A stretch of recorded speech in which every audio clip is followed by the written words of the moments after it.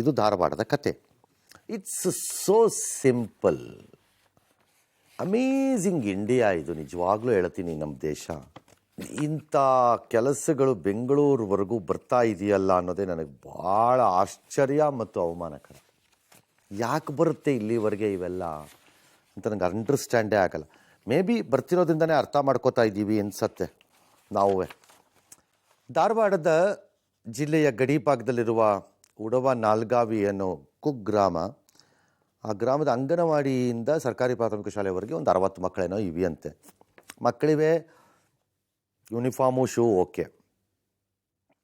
ಉಳಿದಿದ್ದ ಕತೆ ಏನು ಯಾವನಿಗೆ ಗೊತ್ತು, ಉಳಿದಿದ್ದ ಕತೆ ಏನು ಅಂತ. ಇದು ಹೇಗೆ ಅಂತಂದರೆ ಎಲ್ಲ ಕೊಟ್ಬಿಟ್ಟು ಅಕ್ಕಿ ಕೊಡದೆ ಹೋಗ್ಬಿಡೋದು, ಅಡುಗೆ ಮಾಡ್ಕೊ ಅಂತಂದ್ರೆ ಹೆಂಗಾಗುತ್ತೆ? ಇವೆಲ್ಲ ಪೂರಕ ಪದಾರ್ಥಗಳು. ಯಾಕೆ ಇವೆಲ್ಲ ಅಷ್ಟು ಕಷ್ಟಪಡಿಸ್ತಾರೆ ಜನ ಮಕ್ಕಳಿಗೆ ಅಂತ ನಂಗೆ ಅರ್ಥನೇ ಆಗ್ತಿಲ್ಲಪ್ಪ. ಏನೋ ಆ ಗ್ರಾಮದ ಕತೆ.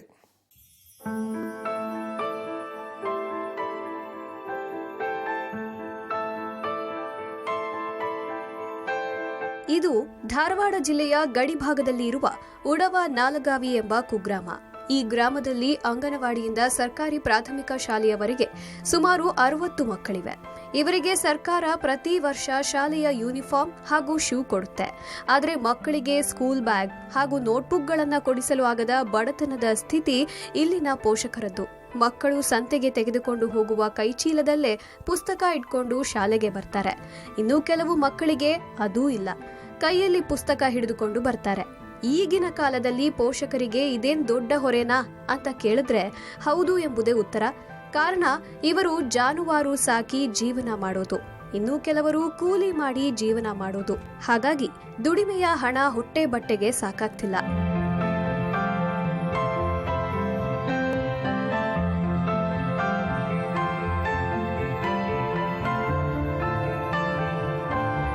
ಅರಣ್ಯ ಪ್ರದೇಶದ ಇಲ್ಲಿನ ಜನ ಸ್ವಂತಕ್ಕೆ ಏನನ್ನೂ ಕೇಳ್ತಿಲ್ಲ.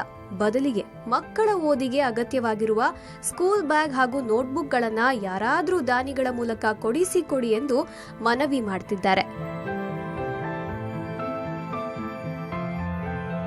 ಬೆಳಕು ಕಾರ್ಯಕ್ರಮದಲ್ಲಿ ಮಕ್ಕಳ ಶಿಕ್ಷಣಕ್ಕೆ ಮೊದಲ ಆದ್ಯತೆ ಯಾವಾಗಲೂ ಇದ್ದೇ ಇದೆ.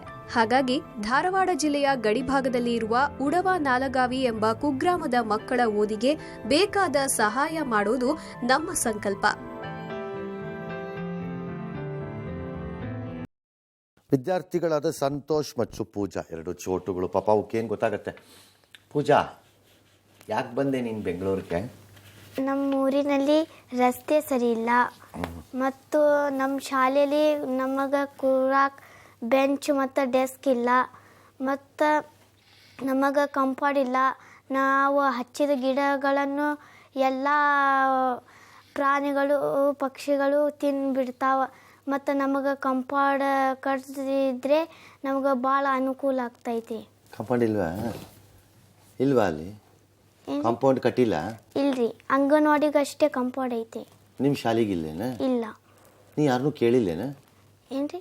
ಯಾರಿಗೂ ಕೇಳಲಿಲ್ವೇನೋ? ಕಟ್ಟಿಸ್ಕೊಡ್ರಿ, ಒಂದು ಕಾಂಪೌಂಡ್ ಹಾಕ್ರಿ ಇಲ್ಲವೇ ಅಂತ? ಇಲ್ರಿ. ಯಾಕೆ? ನಿಮ್ಮ ಅಪ್ಪ ಏನು ಮಾಡಾರ? ನಮ್ಮಪ್ಪ ಕೂಲಿ ಕೆಲ್ಸಕ್ಕೆ ಹೋಗ್ತಾನ್ರಿ. ಏನು ಕೂಲಿ? ಗೌಂಡಿ. ನೀವೆಷ್ಟು ಮಕ್ಕಳೆಷ್ಟು? 6. ಹಾಂ, 6. ನೀನು 4ನೇವಳ? ಅಲ್ರಿ, ಮತ್ತೆ 3ನೇವಳು. ನೀ ಎಷ್ಟನೇ ಕ್ಲಾಸಿಗ? 5ನೇ ಕ್ಲಾಸ್. ನಿಂಗೆ ಓದೋದು ಇಷ್ಟ ಏನು? ಹಾಂ ರೀ. ಏನು ಓದ್ತೀಯ ಆಮೇಲೆ? ಡಾಕ್ಟರ್.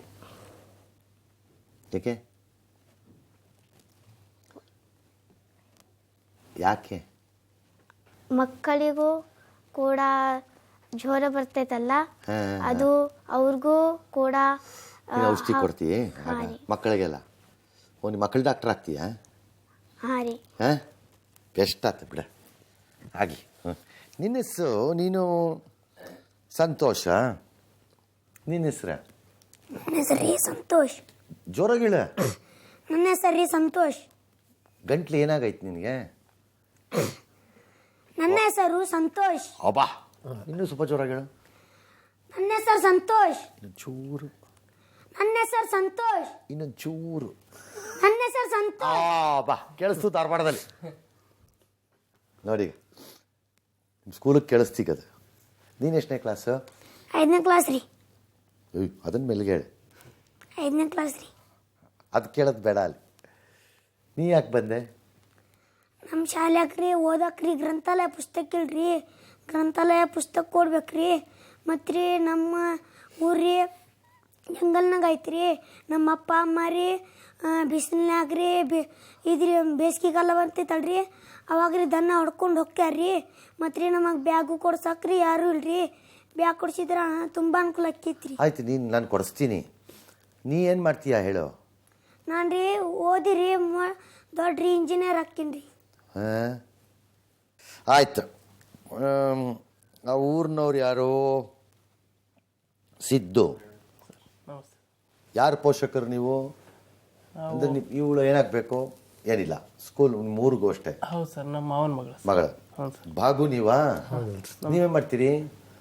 ಏನಿಲ್ರಿ ಕೂಲಿ ಕೆಲಸ ರೀ. ನಮ್ಮ ಒಂದು 10 ದನ ಅದಾವ ರೀ. ನಿಮ್ಮ ಮಕ್ಕಳೆಲ್ಲಿ ಓದೋದು? ಏನು ಗೌಂಡಿ ಕೆಲ್ಸಕ್ಕೆ ಹೋಗ್ತಾರೆ ರೀ. ಮಕ್ಕಳೆಲ್ಲ ಅದಾರ? ಅಲ್ಲಿ ಮನ್ಯಾಗ ಅದ ರೀ.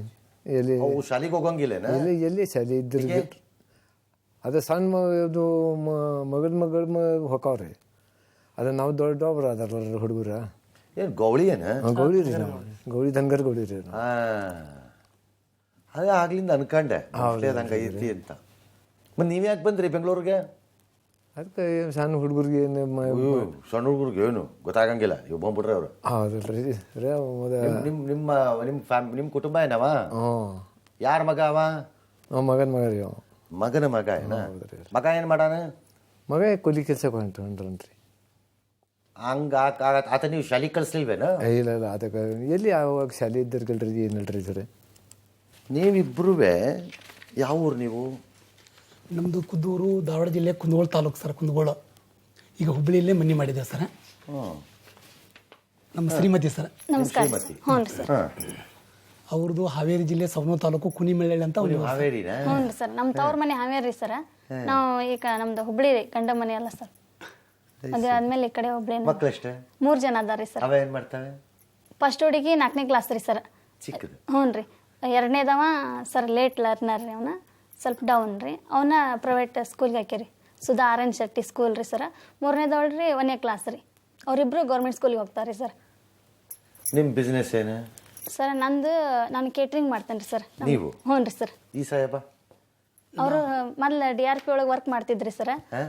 DRP ಒಳಗೆ ರೀ ವರ್ಕ್ ಮಾಡ್ತಿದ್ರಿ ಸರ್. ದೇವದಾಸಿ ರಿಯಾಫಿಂಗ್ ಪ್ರಾಜೆಕ್ಟ್ ಅಂತ ಸರ್. ಪ್ರಾಜೆಕ್ಟ್ ಹಾವೇರಿಗೆ ಇರ್ತೀನಿ ಸರ್ ನಾನು. ನಮ್ಮ ತಾಯಿ ತೀರ್ಕೊಂಡ್ಮ್ಯಾಗ ಅಲ್ಲಿ ಹೋಗ್ಲಿಕ್ಕೆ ಮತ್ತು ಮಕ್ಕಳ ಸಾಲಿಗೆ ಕಳ್ಸೋಕ್ಕೆ ತೊಂದರೆ ಆಗತ್ತೆ. ನಮ್ಮ ಲೇಟ್ನರ ಹುಡುಗ ಅದ ಸರ್, ಬೆಳಗ್ಗೆ 8 ಗಂಟೆ ಕರ್ಕೊಂಡು ಹೋಗ್ತಾರೆ ಅವ್ರನ್ನ.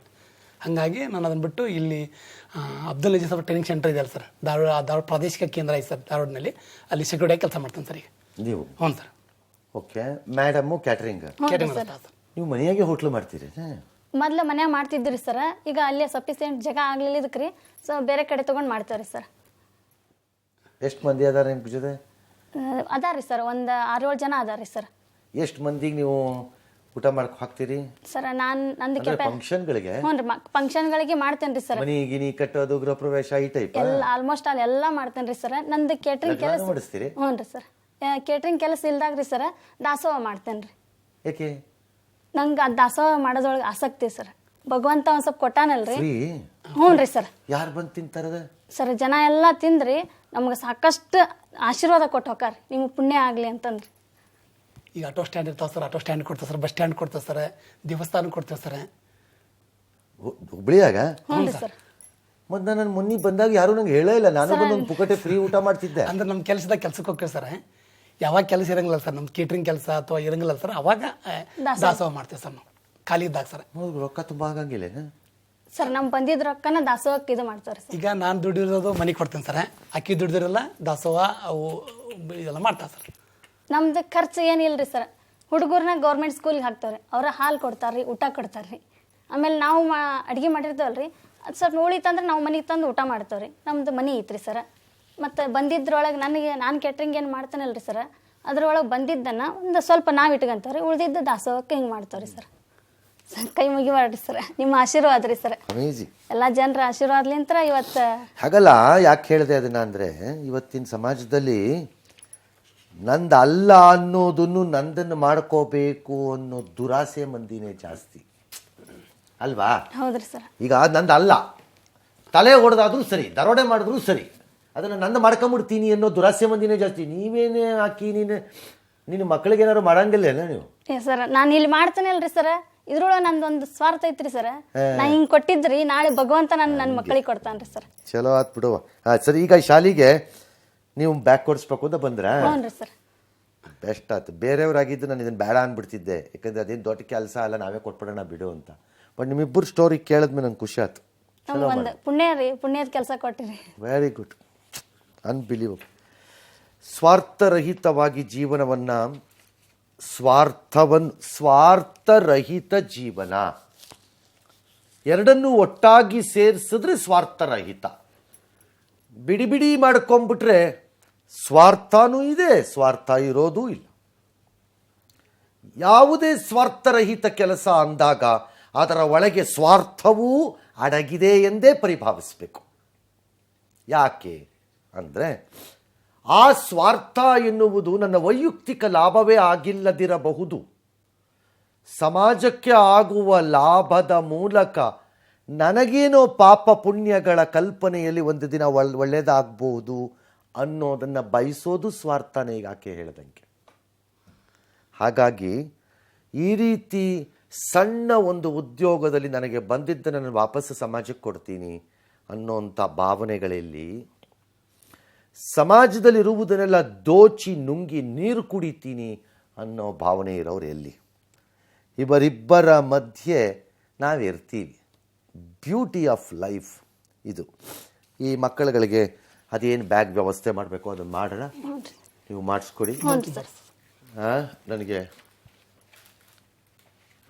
ನನಗೆ ಖುಷಿಯಾಗಿದ್ದು ಒಂದು ಬ್ಯಾಗ್ ನೀವು ಕೊಟ್ರಿ ಅನ್ನೋದಲ್ಲ, ನನಗೆ ಬ್ಯಾಗ್ ಕೊಡ್ಸೋಕೆ ಭಾಳ ಜನ ಇದ್ದಾರೆ. ನನಗೊಂದು ಫೋನ್ ಮಾಡಿದ್ರೆ ಇಂಥ 10 ಸ್ಕೂಲಿಗೆ ಬ್ಯಾಗ್ ಕೊಡಿಸ್ತೀನಿ ಬೇಕಾದ್ರೆ ನಾನು. ನನಗೆ ದೇವರ ಆಸಕ್ತಿ ಕೊಟ್ಬಿಟ್ಟಿದ್ದಾನೆ, ಹೌದಲ್ಲ? ಆದರೆ ನನಗೆ ನಿಮ್ಮಿಬ್ಬರ ಕತೆ ಭಾಳ ಇಷ್ಟ ಆಯ್ತು ಸರ್. ನಮಗೂ ನೀವು ಭಾಳ ಖುಷಿ ಆಯ್ತು ನನಗೆ. ಅಲ್ರಿ ಸರ್, ನಮಗೂ ನೀವು ಸರ್. ನನಗೆ ಭಾಳ ಚಲೋ, ನನಗೆ ಮನಸ್ಸಿಗೆ ತುಂಬ ಸಮಾಧಾನ ಆಯ್ತು ಇವತ್ತು. ಹಿಂಗೂ ಇದ್ದಾರಲ್ಲ ಮಂದಿ ಇನ್ನುವೇ ಅಂತ. ಬೆಸ್ಟ್ ಆತ್ರಿ, ಹೀಗೆ ಕಟ್ರಿ ಜೀವನ, ಏನು ದೇಶ ಬಿದ್ದಾಗಲ್ಲ, ಆಯ್ತಲ್ಲ? ಬೆಸ್ಟ್. ಬ್ಯಾಗ್ ಕೊಡಿಸ್ತೀನಿ, ಅದಕ್ಕೆ ಏನು ಮಾಡ್ತೀಯ ನೀನು? ಚೆನ್ನಾಗಿ ಓದ್ತೀನಿ. Very good. ಕೊಡ ಕೈ ಗುಡ್. ನೀನು ಕೊಡು. ನೀ ಏನು ಮಾಡ್ತೀಯಾ? ನಾನು ಓದ್ತೀನಿ ಚೆನ್ನಾಗಿ. ಓದಿ ಮಾರ್ಕ್ಸ್ ತೊಗೊಂಡು ನನಗೆ ತೋರಿಸ್ಬೇಕು. ತೋರಿಸ್ತೀರಾ ಇಬ್ರೂ? ನಿಮ್ಮಿಬ್ಬರಿಗೂ ಒಳ್ಳೇದಾಗಲಿ, ನಿಮ್ಮ ಮಕ್ಕಳು ಚೆನ್ನಾಗಿರಲಿ. ಸರ್ ನಮಗೂ ಸ್ವಲ್ಪ ಬೆನ್ ತಟ್ಟಿ ಮುಂದೆ ಹೋಗ ಅಂತ ಹೇಳಿದವರಿಗೆ ನನಗೆ ಇವತ್ತಿನ ನಿಮ್ಮ ಸ್ಟೋರಿ ಭಾಳ ದಿನ ಆದಮೇಲೆ ನಾನು ಇಷ್ಟಪಟ್ಟಿರೋ ಸ್ಟೋರಿಗಳಲ್ಲಿ ಒಂದಿದುವೆ. ನಂಗೆ ಭಾಳ ಖುಷಿ ಆಯ್ತು. ನೀವು ದೊಡ್ಡ ಆಫೀಸರ್ ಆಗಿದ್ದು ನಾನು ತಲೆ ಕೆಡಿಸ್ಕೊತಿರ್ಲಿಲ್ಲ. ನೀವೊಂದು ದೊಡ್ಡ ಉದ್ಯಮಿಯಾಗಿ, ಕೈಗಾರಿಕೋದ್ಯಮಿಯಾಗಿ, ಅದೇ ಒಂದು 1000 ಜನಕ್ಕೆ ಒಂದು ಫ್ಯಾಕ್ಟ್ರಿ ನಡೆಸ್ತಾ ಇದ್ದೀನಿ ಅಂದಿದ್ರು ನಾನು ತಲೆ ಕೆಡಿಸ್ಕೊತಿರ್ಲಿಲ್ಲ. ನಾನು ಬ್ಯಾಂಕ್ನಲ್ಲಿದ್ದೀನಿ ಸರ್, ಆಫೀಸರ್ ನಾನು ಅಂದ್ರೂ ನಾನು ತಲೆ ಕೆಡಿಸ್ಕೊತಿರ್ಲಿಲ್ಲ. ನಿಮಗಿರುವ ಉದ್ಯೋಗದ ಒಳಗೆ ನೀವು ಸಂತೋಷ ಕಂಡುಕೊಂಡು ಆಕಿ ತಾನು ಮಾಡ್ಬೋದಾದನ್ನು ಮಾಡಿ ಅದರಲ್ಲೂ ಕೊಡ್ತೀನಿ ಅಂತಂದರೆ it's an amazing story. Wonderful. ನಿಮ್ಮಿಬ್ಬರಿಗೂ ದೇವ್ರು ಒಳ್ಳೇದು ಮಾಡಲಿ, ಅಷ್ಟೇ ನಾನು ಹೇಳೋಕ್ಕಾಗಲ್ಲ. ನನ್ನ ಕೈಲಿ ನೀನು ಹೇಳೋಕ್ಕಾಗಲ್ಲ. ನನಗೂ ಥ್ಯಾಂಕ್ ಯು, ನೀವು ಇಷ್ಟು ದೂರ ಬಂದಿದ್ದಕ್ಕೆ ಇಬ್ಬರಿಗೂ. ದೇವ್ರ ಚಿಕ್ಕ ನಾವು ದೇವ್ರನ್ನ ನೋಡಿರ್ತಾರೆ, ನಿಮ್ಮ ರೂಪದಾಗ ನೋಡ್ತಾರೆ ಸರ್. ಪ್ರತಿ ದಿವಸ ತಮ್ಮದೆಲ್ಲ ನೋಡ್ತೇವೆ. ಸಾಕ್ಷಾತ್ ಪರಮಾತ್ಮ. ನಾನೇ ನಿಮ್ಗೆ ನಮಸ್ಕಾರ. ನಾರಾಯಣ ನೋಡ್ದಂಗೆ ನೀವು ನಂಗೆ ಮಾಡಂಗಿಲ್ಲ. At least end of the day ಈ ಸ್ಟೋರಿನ ಮಾಡ್ತಿದ್ದಾಗ ನನಗೆ ಇಂಥದ್ದೊಂದು ಸ್ಟೋರಿ ಕೇಳಿದ್ರೆ it makes my life complete. ಮತ್ತು ನನ್ನ ಜೀವನಕ್ಕೆ ಒಂದು ಅರ್ಥ ಬರ್ತಾ ಇರುತ್ತೆ. ಹಾಗಾಗಿ ನಾನು ಎಂಜಾಯ್ ಮಾಡ್ತೀನಿ ಈ ಸ್ಟೋರಿಗಳನ್ನು. ನಾನಿದನ್ನು ಬರೀ ಪಬ್ಲಿಸಿಟಿ ಅನ್ನೋ ಕಾರಣಕ್ಕಲ್ಲ, ನಾವು ಪಬ್ಲಿಸಿಟಿ ಕೊಡೋಕ್ಕೆ ಮೊದಲೇ ಅವರ ಕೆಲಸ ಮಾಡ್ತಿರೋರು. We are only recognising it. ನಾವು ಮಾಡಿದ್ರಿಂದ ಅವ್ರಿಗೆ ಬಂದಿಲ್ಲ, ಅದು ಅವ್ರು ಮಾಡಿದ್ರಿಂದ ನಾವು ಪಬ್ಲಿಸಿಟಿ ಕೊಟ್ಟಿದ್ದೀವಿ ಅಷ್ಟೇ. ಅಥವಾ ಜನಕ್ಕೆ ಹೇಳ್ತಾ ಇದ್ದೀವಿ ಅದನ್ನು ಜನಕ್ಕೆ ಯಾಕೆ ಹೇಳ್ತೀವಿ ಅಂದರೆ, ಎಲ್ಲಿ ಬೇಕಾದರೂ ಈ ಕತೆ ಪುನರಾವರ್ತನೆ ಆಗ್ಬೋದು ಬೇಕಿದ್ದರೆ, ಮನಸ್ಸಿದ್ದರೆ ಮಾತ್ರ ಅನ್ನೋದನ್ನು ಹೇಳೋಕ್ಕೆ ಇದನ್ನಿಷ್ಟು ಹೇಳಿದ್ವಿ. All right. ಆ ಮಕ್ಕಳಿಗೆ 2 ಬ್ಯಾಗನ್ನು ಅವ್ರು ತಂದಿದ್ದಾರಂತೆ. ಸುಮ್ಮನೆ ನಾಮಿನಲ್ಲಿ ನಾನೇ ಕೊಟ್ಬಿಡ್ತೀನಿ.